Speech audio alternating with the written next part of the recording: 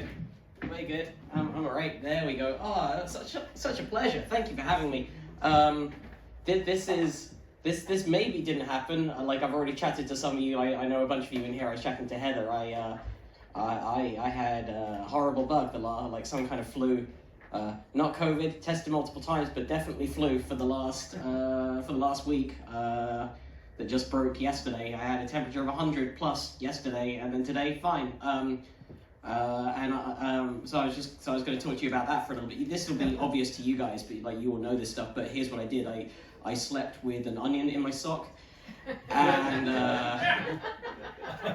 I wrote down my enemies on a piece of paper and I burnt it at midnight, and that's what I'm here to do. I'm here to talk to you about how I cured myself with the power of positive thought.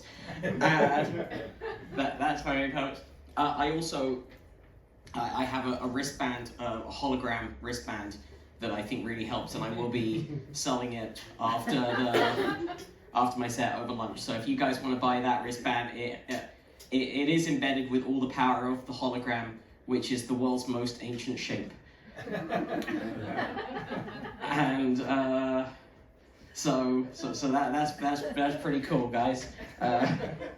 It is like this will be. I'm normally more prepared for a set. I am still slightly delirious, but I am. That's also why I was wearing a mask. I'm pretty sure I'm no longer contagious, but I don't want to be that guy. But yeah, no, I did sort myself. I also took some like pretty potent homeopathic medicine, and which is a risk as well, because as you know, like homeopathy is pretty powerful stuff. It's based on the fundamental principle that water has memory. Which is nerve-wracking to me. That's a scary thought, because I've done some things in the shower. Luckily, water has memory, but it can't speak. It's like an elephant. Maybe can't speak to you, but I hear it. Oh, you hear the water? All right. We got a water speaker here. We got It's good. Yeah. I mean, I would have just told you. and also obviously avoiding any kind of pharmaceutical products. I stuck to natural thing, like because you want stuff that's natural. All natural good, artificial bad. That's the rule, right? Like heroin's natural. A pack of wolves. That's natural. The edge of a cliff. They're all good things. They're all. So that's why I always say to a friend who's ill, like hey, don't worry. I brought you this angry bear. Like, don't worry, he's organic. I got good health insurance as well. I got like the top stuff. I like not to brag, but like I got like top level health insurance. Like I can go to any doctor, like anywhere in the country, and pay. No, because some of you guys can only pay some doctors, but I can pay almost any doctor almost any amount of money. Like that's how good my insurance. Like name any physician and a dollar amount, and I can match those two. Like that's how top level. I had to get a scan recently, and I was like, "How much is the scan?" And they were like, "Well, how would we know? We're just the clinic that does it." You got to talk to the insurance company, and then the insurance company like, "We only know once the clinic sends us the bill," and then the clinic like, "We only generate the bill once you've had the procedure." So I was like, "Well, how about you pretend I've had the procedure? Press all the buttons, tell me what the total says, and don't hit send." And they said, "We can't do that." Like, really? Really? Because Trader Joe's has that technology. Like, every supermarket in the world can tell you how much spaghetti is before you commit to buying it. You don't have to take it home, cook and eat it, and then a few weeks later you get a bill for $2 or $20,000. Like, how is spaghetti 20 grand? Well, because the spaghetti was in network, but the box it came in was from a different supermarket. We didn't have our normal boxes available, so we had to bring in a special visiting box, and then we had to transport it. You know how much the transportation cost? We can't even talk to the transport people because they're a different company, even though they have the same name and billing address. So now you owe us 20 grand or you can go bankrupt. And you're like, well, but my friend paid like $5 for the same spaghetti. Yeah, he's got a different loyalty card. Well, how do I get his card? You need a good job. If you've got a well-paid job, you get the card that makes things cheaper. But if you can't afford stuff, then you extra can't afford stuff. So what's it going to be, 20 grand or bankruptcy? But that's not the end, right? I've been here long enough now. I've been in America for quite some time. I know that's just the beginning of a dialogue. That's a conversation, right? You get to go back to them and go, look, I don't have 20 grand. I don't want to go bankrupt. So what if I gave you $1,000? That's fine.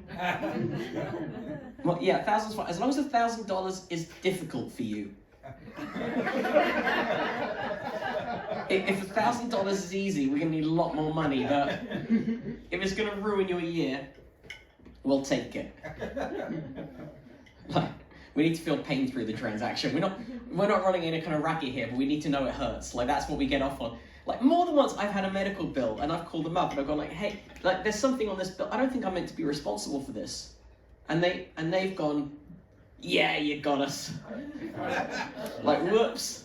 We'll zero that one out then. And then I've been grateful. I mean, oh my God, thank you so much for not grifting me once I noticed. That's so cool of you. Like, that seems to be how all medical stuff works.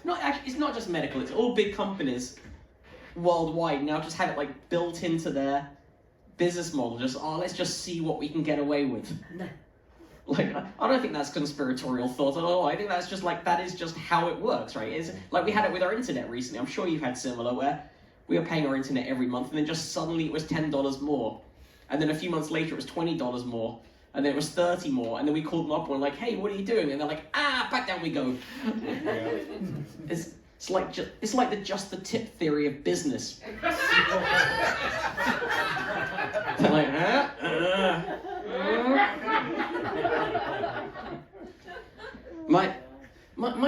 My friend got a mole removed from his face, and it wasn't a dangerous mole, and it wasn't even that noticeable. He got it removed because he maxed out his out-of-pocket for the year.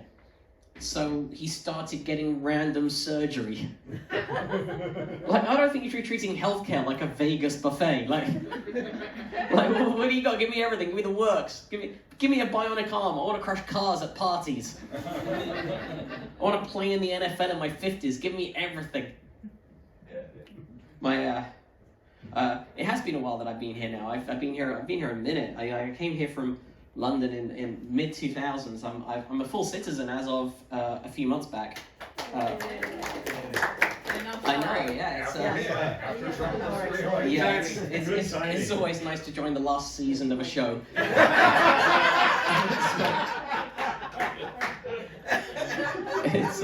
No, in answer to your question, no, it was before I actually got to vote. I was like, really moved the needle there. And thanks for trying. Yeah, it was September. It was September of last year I became a citizen. I had to do I did the interview, I did the test. Here's the thing, I thought I was prepped for the test. I had there's like 100 civics questions they can ask you in the interview, so you just learn all those things. You know, there's like 9 Supreme Court justices, 435 in Congress, Constitution of 1787. Some of you might be learning this for the first time. But like, I had to memorize it. I just had to memorize that list. So I nailed all that. No one warned me this question was next. The guy goes, are you willing to take up arms to defend the United States? Whoa. Like, right now? Like, has something happened that I should know about? He's like, no, if called upon by the government, would you be willing to take up arms to defend the nation? And I was like, yeah, I guess. But you guys can do better. Like, not for me to tell the American military how to go about their business, but if this is what we're relying on, you're in trouble.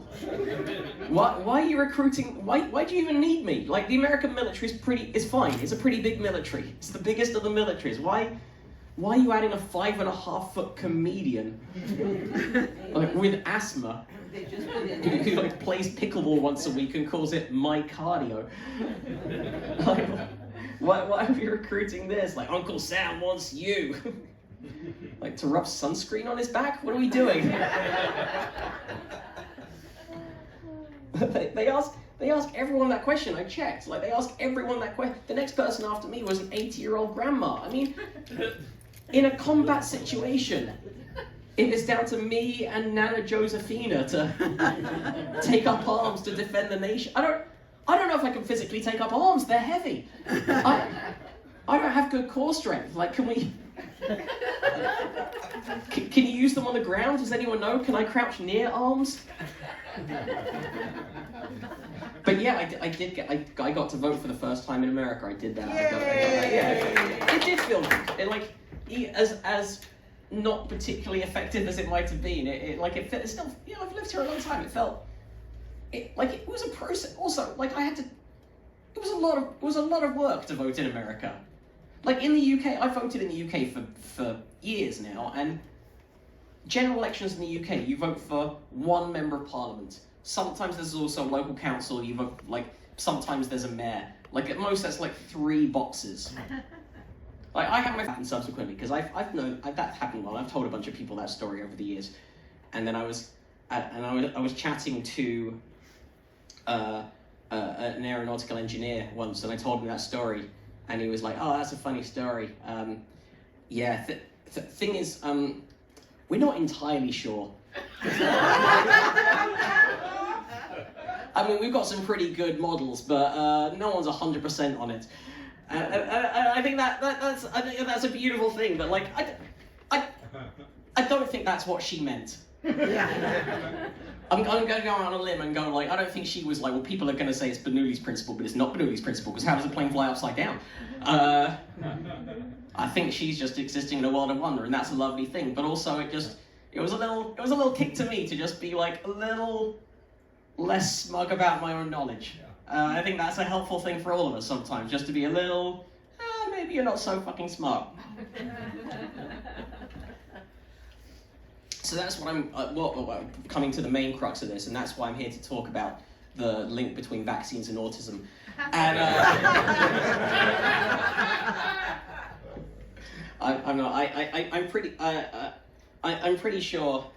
I think I had the flu this last week, but also I had the flu shot, and I think that's turned it from a sort of 2-week kicking into a unpleasant 5 days. But I do understand. I do understand some of the hesitancy of vaccines in the general public. You know, particularly if you don't have that much information and the amount of misinformation that's there. And vaccines are weird. Like, vaccines are. Let's not beat around the bush. Like, vaccines they're an odd thing. They're the only medicine you take when you're well.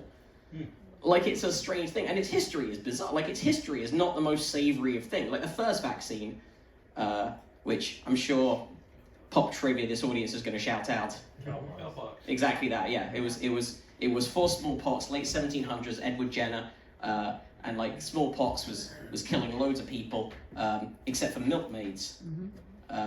Milkmaids tend not to get smallpox, and they worked out that it's probably because they got something called cowpox, which is not pleasant. Like, no disease with cow in the title is particularly good, you know. Oh, it appears your son was born with cow feet. Me seeing him in the Olympics. But like, it's not fatal. Cowpox, not pleasant, not fatal.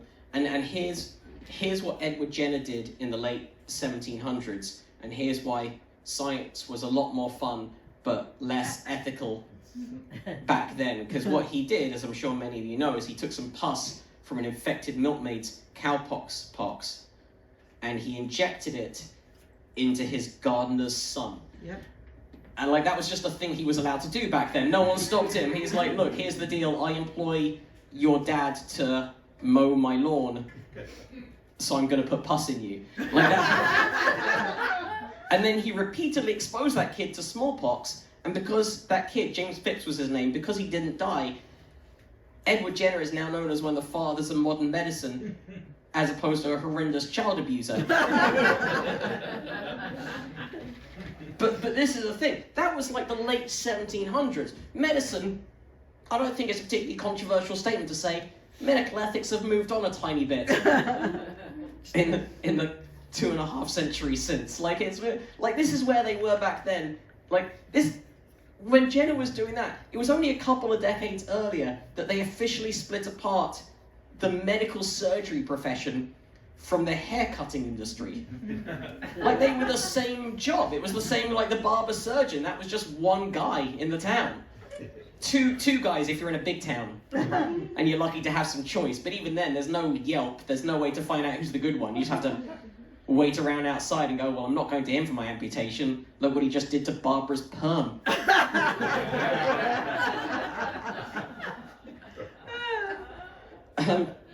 It has been a real pleasure to talk to you. I'm going to get out of here in a minute and put my mask back on and hang with you guys for a bit. But listen, I have a podcast. If you guys are into podcast listening, it's called Probably Science. We go through the week in science news with comedians, and then every so often we have real scientists on who know what they're talking about. We call it Probably Science because we do not know what we're talking about. So I'd love it if you listen to that. This has been such a... Well, I don't normally...